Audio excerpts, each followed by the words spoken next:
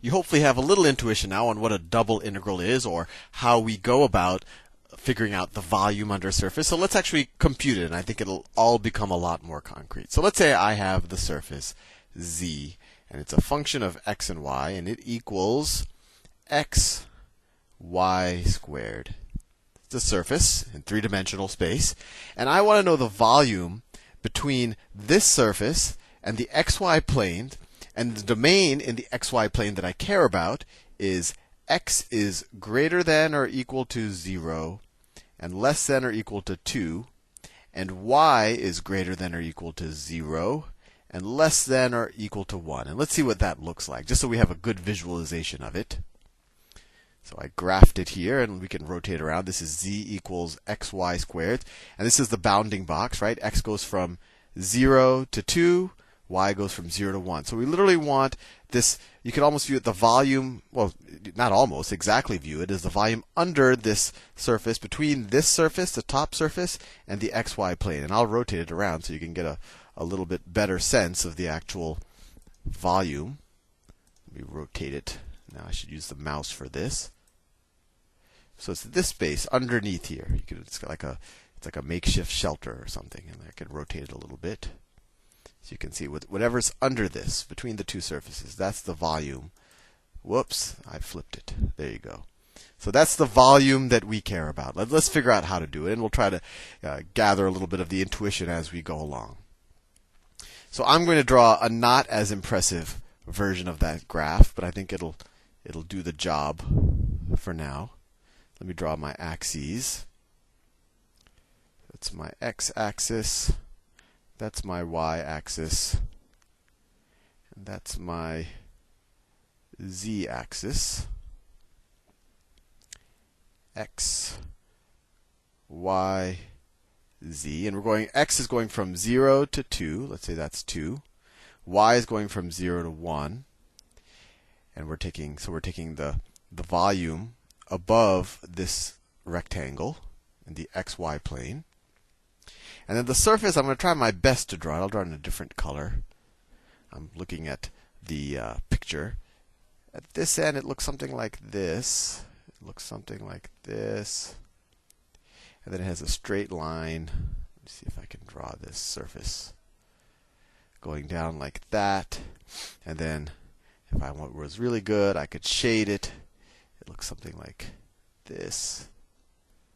If I were to shade it, the surface looks something like that. And this right here is above this, right? Like this is the top, the bottom left corner. You could almost view it. So this is, let me say, the yellow is the top of the surface. That's the top of the surface, and then this is under the surface, right? So we care about this volume underneath here. Let me show you what the actual surface. So this volume underneath here, right? I think you get the idea. So how do we do that?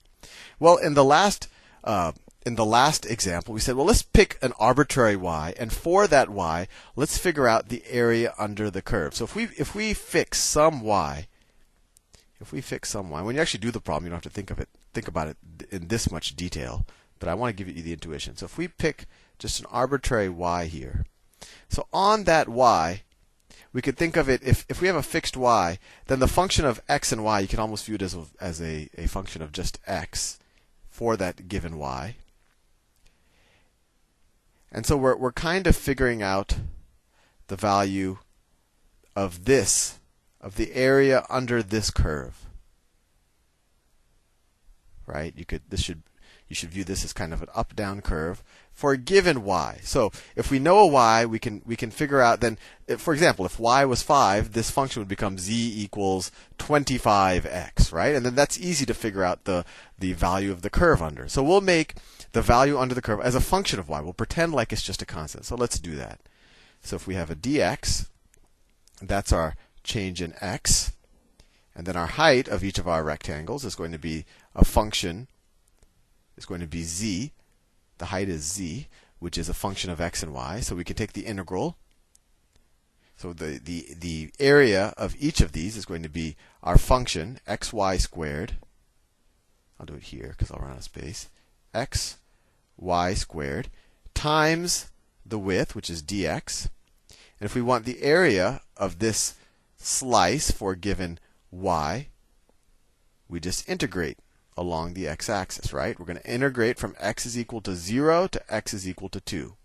From x is equal to 0 to 2. Fair enough. Now, but we just don't want to figure out the area under the curve at one slice for one particular y. We want to figure out the entire area under the curve. So what we do is we say, okay, fine. The area of this under the curve, not the surface, under this curve for a particular y is this expression. Well, what if I gave it a little bit of depth, right? If I multiplied this area times dy, then it would give me a little bit of depth, right? We'd kind of have a three-dimensional slice of the volume that we care about. I know it's hard to imagine. Let me bring that here. So if I had a slice here, this is what we just figured out, the area of a slice, and then I'm multiplying it by dy to give it a little bit of depth. So you multiply it by dy to give it a little bit of depth. And then if we want the entire volume under the curve, we add all the dy's together, take the infinite sum of these infinitely small volumes really now. And so we will integrate from y is equal to 0 to y is equal to 1. I know this graph is a little hard to understand, but you might want to rewatch the first video. I had a slightly easier to understand surface. So now how do we evaluate this? Well, like we said, that you evaluate from the inside and go outward. And it's almost like taking like a partial derivative in reverse. So we're integrating here with respect to x. So we can treat y just like a constant, like it's like the number 5 or something like that. So it really doesn't change the integral. So what's the antiderivative of xy squared?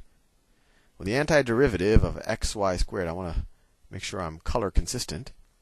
Well, the antiderivative of x is x to the 1/2, x squared over 2. X squared over 2, and then y squared is just a constant, right? And then we don't have to worry about plus c since this is a definite integral. And we're going to evaluate that at 2 and 0. And then we still have the outside integral with respect to y.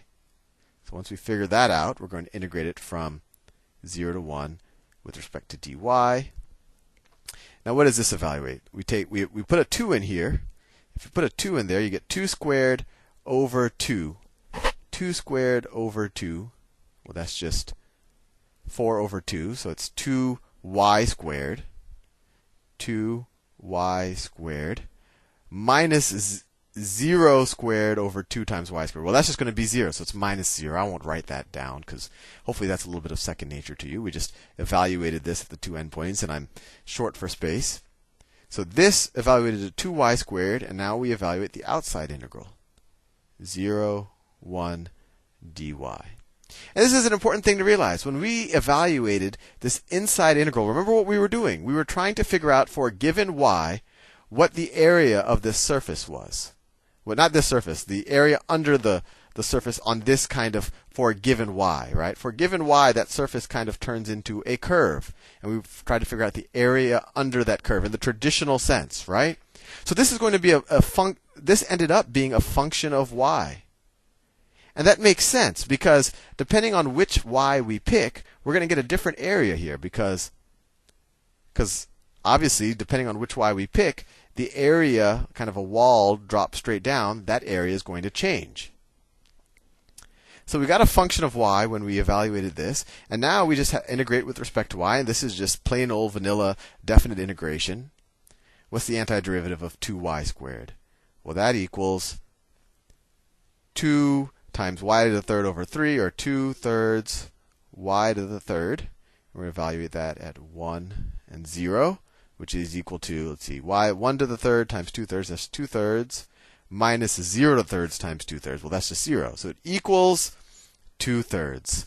2 thirds, if our units were meters, it would be 2 thirds meters cubed, or cubic meters. But there you go. That's how you evaluate a double integral. There really isn't a new skill here. You just have to make sure to keep track of the variables, treat them constant when they need to be treated constant, and then treat them as a variable of integration when it's appropriate.